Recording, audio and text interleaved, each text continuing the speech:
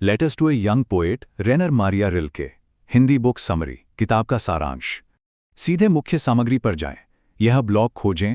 खोज ज्ञान की यात्रा। ज्ञान की यात्रा एक ब्लॉग है जो पढ़ने, सीखने और आत्मविकास की प्रेरक दुनिया में ले जाता है। इसमें पुस्तकों के सार, जीवन दर्शन, व्यवहारिक ज्ञान और रोजमर्रा की समझ को सरल भाषा में प्रस्तुत किया जाता है।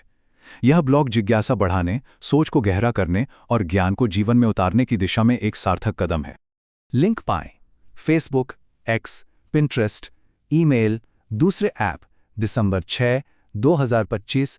रेनर मारिया रिल्के के letters to a young poet 1929 सिर्फ एक पत्र व्यवहार नहीं है, यह एक आध्यात्मिक और कलात्मक घोषणा पत्र है। 1903 और 1908 के बीच फ्रांस ज़ेवर कप्पस को लिखे गए 10 पत्रों के जरिए रिल्के ने एकांत, रचनात्मकता, प्रेम, उदासी, आस्था और नश्वरता पर चिंतन को उजागर किया है। पत्र 1, पेरिस, 17 फरवरी 1903। आंतरिक आवश्यकता का आह्वान। रिल्के कप्पस की कविताओं की आलोचना करने से इनकार करते हैं और जोर देकर कहते हैं कि कला का मूल्यांकन बाहरी तौर पर नहीं किया जा सकता। सच्ची कविता आंतरिक आवश्यकता से ही उत्पन्न होती है। वे कप्पस से आग्रह करते हैं कि वे खुद से पूछें, क्या मुझे लिखना चाहिए? अगर जवाब हाँ है, तो लेखन एक विकल्प नहीं बल्कि एक नियति है। विषय वस्तु: एकांत, प्रामाणिकता, व्यवसाय। व्यावहारिक सीख: रोजाना डायरी लिखें, दूसरों के लिए नहीं बल्कि अपने लिए। प्रेरणा के लिए बचपन की यादें, रोजमर्रा के अनुभव और आंतरिक शांति का जिक्र करें। चिंतन: रिल्के एकांत को रचनात्मकता के विकास की मिट्टी मानते हैं। कला तालियों के लिए नहीं बल्कि आत्मा के अस्तित्व के लिए है। पत्र 2, अप्रैल 1903। धैर्य और ईमानदारी। रिल्के व्यंग्य के प्रति आगाह करते हैं, जो चतुराईपूर्ण तो हो सकता है लेकिन सतही भी। वे ईमानदारी और गहराई को प्रोत्साहित करते हैं और कप्पस को याद दिलाते हैं कि कला धीरे धीरे परिपक्व होती है, जैसे धूप में फल पकते हैं। विषय वस्तु: धैर्य, प्रामाणिकता, धीमी वृद्धि। व्यवहारिक सीख: बहुत जल्दी प्रकाशित करने की इच्छा से बचें, अपने काम को चुपचाप पकने दें। चिंतन: रिल्के का पकते फल का रूपक यह दर्शाता है कि रचनात्मकता जैविक होती है, यांत्रिक नहीं। कलाकार को प्रतीक्षा करना सीखना चाहिए। पत्र 3, 23 अप्रैल 1903। आलोचना से मुक्ति। रिल्के साहित्यिक आलोचना पढ़ने के प्रति आगाह करते हैं, क्योंकि यह आंतरिक आवाज से ध्यान भटकाती है। आलोचना कला के रहस्य को नहीं समझ सकती। विषय वस्तु: स्वतंत्रता, आंतरिक दृष्टि पर भरोसा। व्यवहारिक सीख: समीक्षाओं और बाहरी राय से दूर रहें, अपने रचनात्मक एकांत की रक्षा करें। चिंतन: रिल्के इस बात पर जोर देते हैं कि कला एक रहस्य है, कोई समस्या नहीं जिसका समाधान किया जाना है। कलाकार को बाहरी मान्यता से स्वतंत्रता विकसित करनी चाहिए। पत्र 4, मई 1903। एकांत की उर्वरता। एकांत अकेलापन नहीं बल्कि रचनात्मकता के लिए उपजाऊ जमीन है। रिल्के कप्पस से अनिश्चितता और अस्पष्टता को अपनाने का आग्रह करते हैं, क्योंकि यही वे परिस्थितियां हैं जिनमें कला का जन्म होता है। विषय वस्तु: एकांत, अस्पष्टता, रचनात्मक आधार।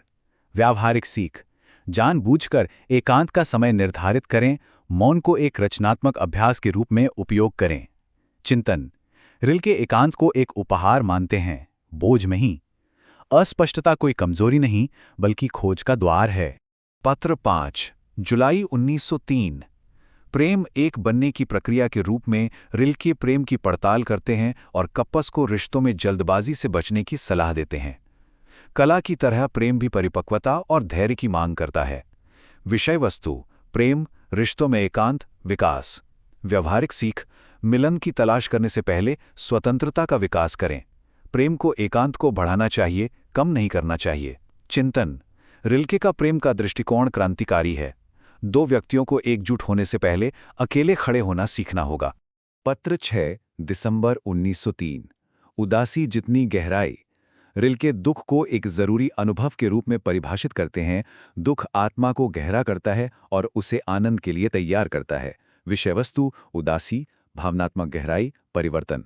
व्यवहारिक सीख: एक शिक्षक के रूप में दुख का स्वागत करें, कठिन भावनाओं को लिखें। चिंतन: रिल्के की उदासी के प्रति करुणा आधुनिक आघात सूचित दृष्टिकोण का पूर्वानुमान लगाती है। दर्द आंतरिक जीवन का विस्तार करता है। पत्र 7 मई 1904। दैनिक जीवन में सचेतनता। रिल्के कलात्मक विकास में प्रकृति और दैनिक लय की भूमिका पर जोर देते हैं। कला ध्यानपूर्ण जीवन में निहित है, भव्य हावभाव में नहीं। विषय वस्तु: प्रकृति, सचेतनता, अवलोकन। व्यावहारिक सीख: ध्यानपूर्वक अवलोकन का अभ्यास करें। ऋतुओं के परिवर्तन को देखें, छोटी छोटी बातों पर ध्यान दें। चिंतन: रिल्के ने सचेतनता प्रथाओं की आशा की है। रचनात्मकता उपस्थिति में निहित है, न कि तमाशे में। पत्र 8 दिसंबर 1904। व्यक्तिगत आध्यात्मिकता। रिल्के आस्था की ओर मुड़ते हैं और सुझाव देते हैं कि धर्म व्यक्तिगत होना चाहिए, संस्थागत नहीं। सच्ची आध्यात्मिकता आंतरिक अनुभव से उत्पन्न होती है, हठ धर्मिता से नहीं। विषय वस्तु: विश्वास, आंतरिक आध्यात्मिकता, स्वतंत्रता। व्यावहारिक सीख: अपनी आध्यात्मिक प्रवृत्ति पर भरोसा रखें, ऐसे अनुष्ठान बनाएं जो आपके आंतरिक जीवन को पोषित करें। चिंतन: रिल्के की आध्यात्मिकता अंतरंग, अनुभवात्मक और गहन व्यक्तिगत है, कठोर हठ धर्मिता का प्रतिकारक। पत्र 9 अप्रैल 1905। प्रश्नों को जीना। रिल्के धैर्य और सहनशीलता पर जोर देते हैं। कलात्मक विकास की तुलना प्राकृतिक प्रक्रियाओं से करते हैं। त्वरित उत्तर ढूंढने के बजाय प्रश्नों को जीना चाहिए। विषय वस्तु: धैर्य, अनिश्चितता, बुद्धिमत्ता।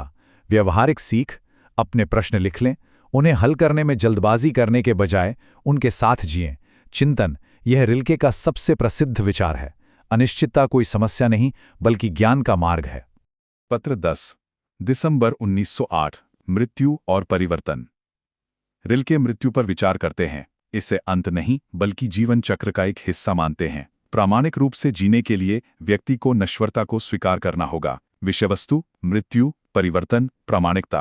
व्यावहारिक सीख: जीवन को गहन बनाने के एक तरीके के रूप में मृत्यु पर विचार करें। चिंतन: रिल्के ने कला और जीवन को एक दूसरे से जुड़े हुए बनने की यात्रा के रूप में देखा, जहां मृत्यु एक खतरा नहीं, बल्कि एक परिवर्तन है।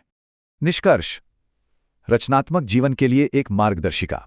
रिल्के के एक युवा कवि के नाम पत्र कविता लिखने की एक नियमावली से ज्यादा रचनात्मक जीवन जीने की एक आध्यात्मिक मार्गदर्शिका है। हर पत्र एकांत, प्रामाणिकता, धैर्य और आंतरिक आवश्यकता पर आधारित हैं। ये सभी मिलकर एक कलाकार के रूप में और व्यापक रूप से एक इंसान के रूप में जीने के अर्थ पर एक शाश्वत चिंतन का निर्माण करते हैं। लिंक पाएं: फेसबुक, एक्स, पिंटरेस्ट, ईमेल, दूसरे ऐप। टिप्पणियां: एक टिप्पणी भेजें। टिप्पणी करने के लिए नीचे दिए गए बटन पर क्लिक करके गूगल खाते से साइन इन करें। गूगल खाते से साइन इन करें, इस रूप में टिप्पणी करें। प्रोफाइल चुनें, गूगल खाता, बदलाव करें, टिप्पणी डालें, प्रकाशित करें। इस ब्लॉग से लोकप्रिय पोस्ट पढ़ें: moon walking with Einstein, the art and science of remembering everything, Joshua Foer, Hindi book summary, किताब का सारांश, मार्च 7, 2026। अध्याय 1, सबसे बुद्धिमान व्यक्ति को ढूंढना मुश्किल है। फोर लगभग संयोग से प्रतिस्पर्धी स्मृति की दुनिया में प्रवेश करता है। एक पत्रकार के रूप में यूएस मेमोरी चैंपियनशिप में भाग लेता है। वह जिसे सनकी लोगों का एक छोटा सा जमावड़ा समझता है, वह आश्चर्यजनक रूप से एक तीव्र अखाड़ा साबित होता है, जो साधारण दिखने वाले लोगों से भरा होता है, जो असाधारण करतब दिखाते हैं। वह प्रतियोगियों को 2 मिनट से भी कम समय में ताश के पत्तों के डेक, संख्याओं की लंबी श्रृंखला और उन अजनबियों के नाम याद करते हुए देखता है जिनसे वे कुछ क्षण पहले मिले थे। यह अध्याय पुस्तक के मुख्य प्रश्न को सामने लाता है: क्या स्मृति के चैंपियन जन्म से ही असाधारण बुद्धि वाले होते हैं, या वे केवल बेहतर तकनीकों का उपयोग करते हैं? फोर की जिज्ञासा प्रतियोगिता के तमाशे से नहीं, बल्कि प्रतियोगियों की साधारणता से जागृत होती है। वे जोर देकर कहते हैं कि वे प्रतिभाशाली नहीं हैं, बल्कि प्राचीन विधियों का अभ्यास करने वाले हैं। यही क्षण फोर के स्वयं के दर्शक से प्रतिभागी बनने के परिवर्तन का बीज बोता है। अध्याय 2, वह आदमी जिसे बहुत कुछ याद। Ordinary magic, the science of how we can achieve big changes with small acts, Gregory M Walton, Hindi book summary, किताब का सारांश, मार्च 23, 2026। ज्ञान और रोचक जानकारियों की इस यात्रा में आपका हार्दिक स्वागत है। लाइक और सब्सक्राइब करना ना भूलें। आइए प्रफुल्ल शर्मा के साथ कुछ नया सीखें।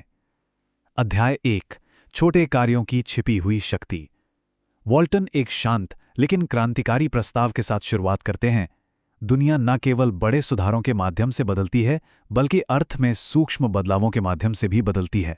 वह इस सांस्कृतिक मिथक को चुनौती देते हैं कि परिवर्तन के लिए व्यापक प्रयास, बड़े पैमाने के कार्यक्रम या अदम्य इच्छा शक्ति की आवश्यकता होती है।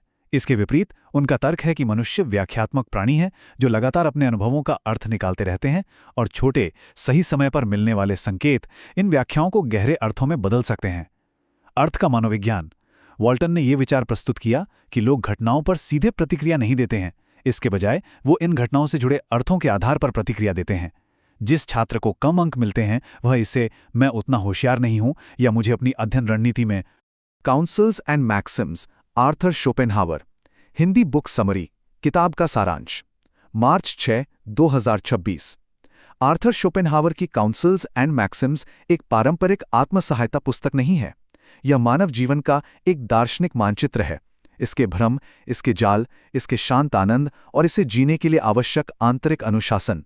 शोपेनहावर ने मानव स्वभाव को बिना किसी भावुकता के फिर भी समझदारी से जीने की तरीके के प्रति गहरी चिंता के साथ स्पष्टता से लिखा है। यह विस्तृत सारांश प्रत्येक अध्याय का गहन विश्लेषण करता है, जिसमें शोपेनहावर के विचारों को आधुनिक चिंतन के साथ पिरोया गया है। अध्याय 1, सामान्य नियम। शोपेनहावर एक मूलभूत दावे से शुरुआत करते हैं। हमारी खुशी का सबसे बड़ा निर्धारक हमारा आंतरिक स्वभाव है। बाहरी परिस्थितियां, धन, प्रतिष्ठा, प्रशंसा अस्थिर और अक्सर भ्रामक होती हैं। वास्तव में हमारे अनुभव को आकार देने वाली चीज हमारे मन की गुणवत्ता है, हमारा स्वभाव, हमारी विचार करने की आदतें, शांत रहने की हमारी क्षमता, आंतरिक जीवन की प्रधानता। उनका तर्क है कि लोग अक्सर बाहरी सुख सुविधाओं के पीछे भागते हैं, जबकि उन आंतरिक परिस्थितियों को नजरअंदाज कर देते हैं जो सुख को संभव बनाती हैं। एक बेचैन ब्लॉगर द्वारा संचालित माइकल एलकैन के थीम चित्र Prafulla Sharma. Prafulla is dedicated to lifelong learning, enjoys reading, and values storytelling for its ability to inspire growth and self-discovery. Driven by curiosity, Prafulla explores a wide range of subjects, including cloud computing, AI, distributed systems, productivity, business, communication, behavior, discipline, relationships, philosophy, critical thinking, self-help, leadership, software engineering, technology, and management. By sharing practical insights and thoughtful reflections, Prafulla encourages others to think critically, develop their potential, and connect knowledge with meaningful action. Whether through narratives or discussions, Prafulla's creative and empathetic approach brings intellect and inspiration to every interaction. Profile देखें। संग्रहित करें मई 2026, 2 अप्रैल 2026, 30 मार्च 2026, 30 फरवरी 2026, 32 जनवरी 2026, 30 दिसंबर 2025, 32 नवंबर 2025, 31 अक्टूबर 2025, 32 सितंबर 2025, 37 अगस्त 2025, 35 जुलाई 2025, 34 जून 2025, 32 मई 2025, 30 अप्रैल 2025, 30 ज़्यादा दिखाएं, कम दिखाएं,